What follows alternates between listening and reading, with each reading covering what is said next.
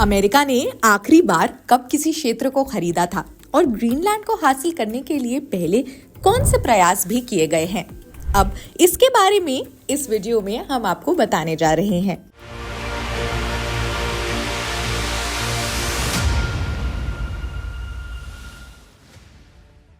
आखिर Trump Greenland को क्यों खरीदना चाहते हैं? ग्रीनलैंड को अमेरिका के लिए 3 मुख्य कारणों से रणनीतिक और भौगोलिक महत्व प्राप्त है। ग्रीनलैंड पहले डेनमार्क का उपनिवेश था और अब डेनमार्क का एक स्वायत्त प्रांत माना जाता है। ये उत्तरी अटलांटिक महासागर में यूरोप और उत्तरी अमेरिका के बीच स्थित है। यहाँ अमेरिका का बड़ा एयरबेस पिटुफिक स्पेस बेस मौजूद है। पहले इसे थूले एयरबेस के नाम से जाना जाता था। ये बेस अमेरिका को रूस, चीन या उत्तर कोरिया से आने वाली मिसाइलों पर नजर रखने और उन्हें रोकने में मदद करता है। यहाँ से अमेरिका आसानी से एशिया या यूरोप की ओर मिसाइल और जहाज लॉन्च कर सकते हैं। तो आप समझ रहे होंगे कि अमेरिका को इतनी दिलचस्पी भी क्यों है। आगे बढ़ते हैं। ग्रीनलैंड दुर्लभ खनिज यानी कि रेयर अर्थ मिनरल से भरपूर माना जाता है। मोबाइल फोन्स, इलेक्ट्रॉनिक गाड़ियां और अन्य उपकरणों के निर्माण में ये काफी महत्व रखते हैं। साथ ही ये खनिज बम और हथियार बनाने में भी काम आते हैं। वर्तमान में चीन इन खनिजों का प्रमुख आपूर्तिकर्ता है। 2021 में ग्रीनलैंड ने यूरेनियम खनन पर प्रतिबंध लगाया था। अब जलवायु परिवर्तन की बात करें, यानी क्लाइमेट चेंज के कारण आर्कटिक में बर्फ पिघलने से नए समुद्री मार्ग खुल सकते हैं। ऐसे में अमेरिका, रूस और चीन की ग्रीनलैंड में बढ़ती भूमिका को रोकने के लिए अपनी स्थिति मजबूत करना चाहता है। दूसरा पॉइंट समझते हैं। अमेरिका ने ग्रीनलैंड को हासिल करने की कोशिश कब की? अपने पिछले कार्यकाल में ट्रंप ने ग्रीनलैंड को खरीदने का प्रस्ताव रखा था, जिसे उन्होंने बड़ा रियल एस्टेट डील कहा।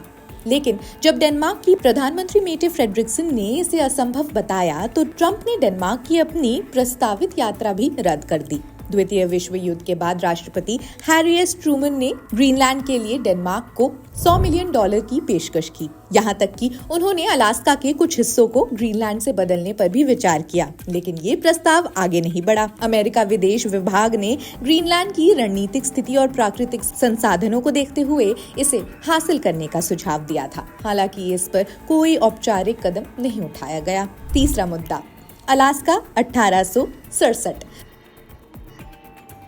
राष्ट्रपति एंड्रयू जॉनसन के कार्यकाल में रूस ने अलास्का को $7.2 मिलियन में अमेरिका को बेच दिया।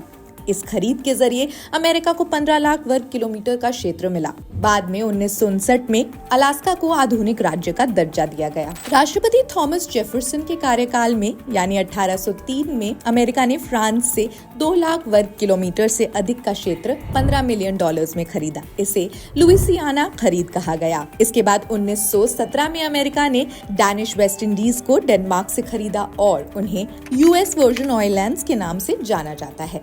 We're being ripped off at the Panama Canal like we're being ripped off everywhere else. A secure, he just said take it back. And it's a good idea.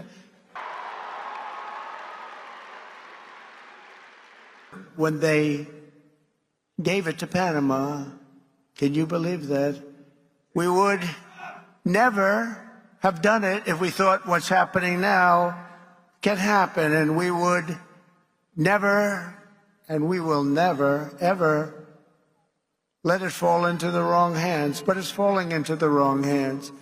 It was not given for the benefit of others by a token of cooperation, but it was given to Panama and to the people of Panama, but it has provisions.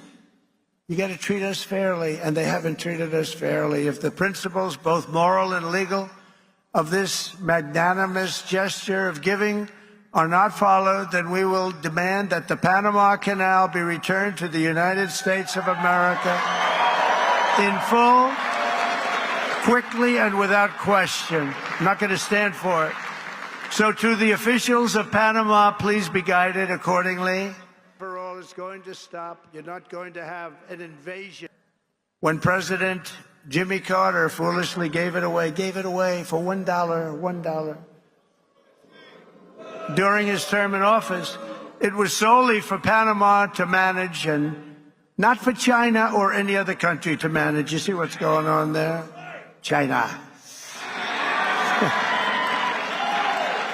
defend our borders and protect our citizens.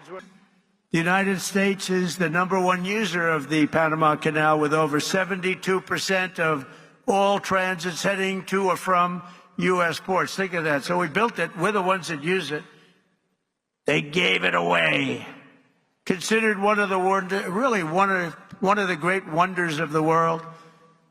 The Panama Canal opened for business 110 years ago and was built at huge cost to the United States, and it really is big when you consider the lives and the treasure, the equivalent of $1.2 trillion today. You don't hear those numbers. Greenland को लेकर Trump की दिलचस्पी कोई नई बात नहीं है, लेकिन क्या भविष्य में अमेरिका इस क्षेत्र को हासिल कर पाएगा, ये देखना दिलचस्प होगा।